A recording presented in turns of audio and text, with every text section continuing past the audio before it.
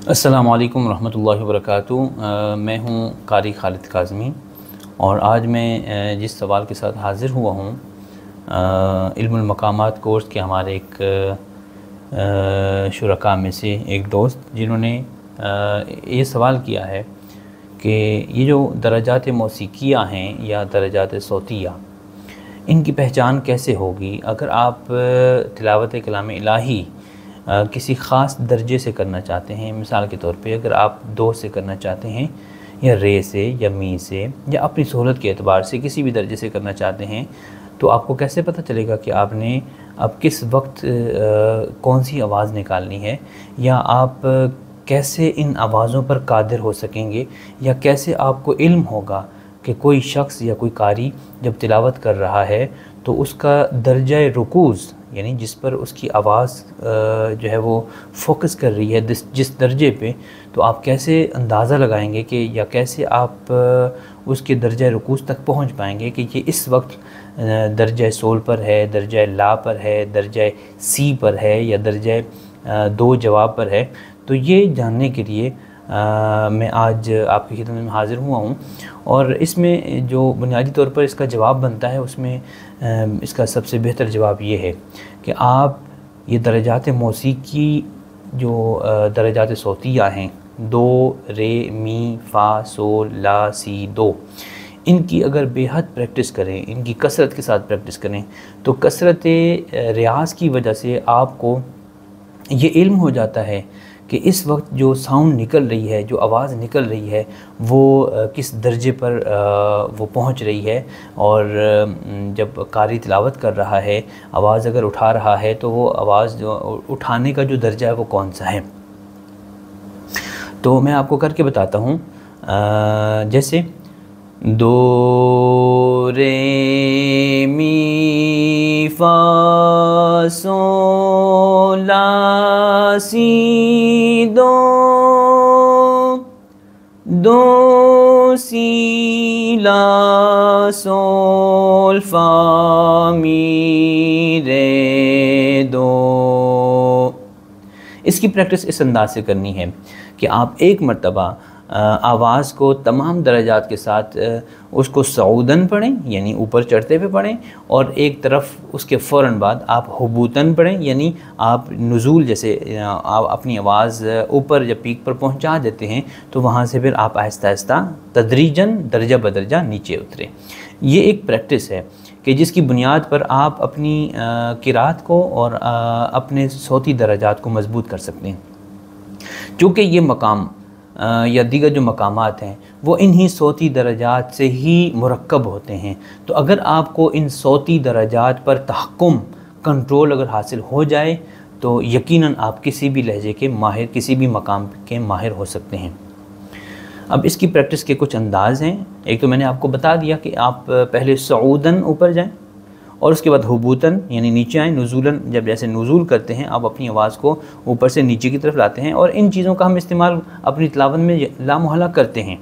मिसाल के तौर पे जैसे पिछले जो दर्स था या उसका मैंने सवाल का जवाब दिया जिसका टाइटल था कि दौरान तिलावत आप दरजात मौसीकिया या दरजात सौतिया का कैसे इस्तेमाल करेंगे, उसमें मैंने आपको ये पढ़ के बताया भी था कि आप अपनी तिलावत में सम टाइम आवाज़ को बहुत ऊपर ले जाते हैं और तदरीजन ऊपर लेके जाते हैं, और फिर आप जब तिलावत ख़त्म कर रहे हो तो आप आवाज़ को नीचे ले आते हैं। तो यही दरजात मौसीकिया हैं, यही दरजात सौतिया हैं जिसको हम अपनी इल्मुल मकामात की इस्तिलाह में सुल्लम कहते हैं। सुल्लम अरबिक में सीढ़ी को कहते हैं। तो इनकी जो प्रैक्टिस है, इनकी जो रियाज़ है वो इस अंदाज से हो कि आप पहले दर्जा बदर्जा ऊपर जाएं, फिर वापसी पे नीचे आएं, क्योंकि ये ज़रूरी है कि अगर आप ऊपर जाएंगे और फिर नीचे आएंगे, इससे आपका जो मकाम है वो कामिल होता है। पहली प्रैक्टिस मैंने आपको पढ़ के बता दी। जैसे दो रे मी, दो रे मी फ़ा, दो रे मी फ़ा सोल, ऐसे आहिस्ता आहिस्ता एक एक स्टेप अगर आप बढ़ते जाएं तो आप महसूस करेंगे कि आपकी आवाज़ पे कंट्रोल आ गया है। दरजात मौसीकिया के एतबार से आप अपनी आवाज़ को मैनेज कर रहे हैं।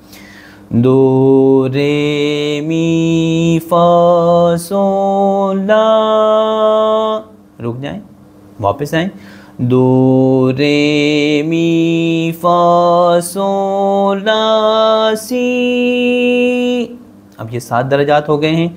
अब 8वां दर्जा जब हम पढ़ेंगे, जो 2 जवाब होगा, उसके साथ हमारा ये लहन मुकम्मल हो जाएगा।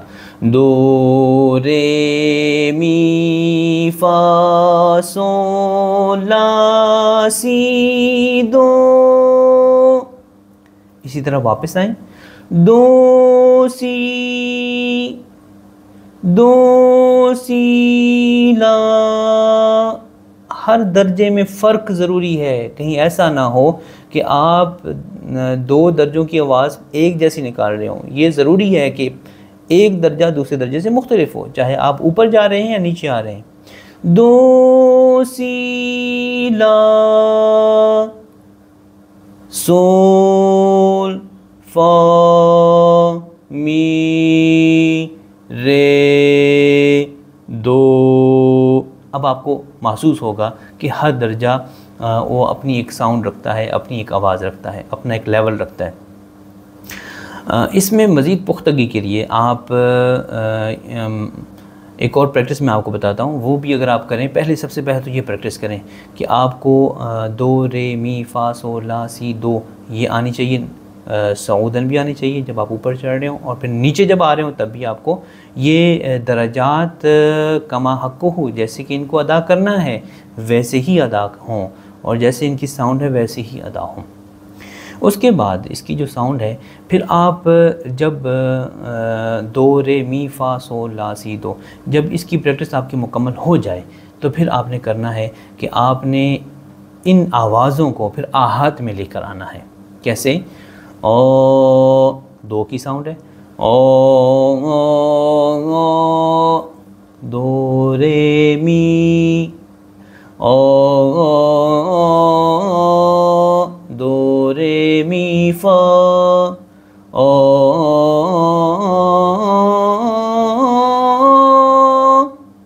ठीक है।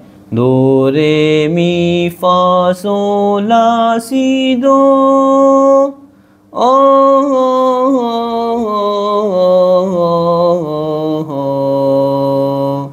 दो सी ला सोल फ़ा मी रे दो।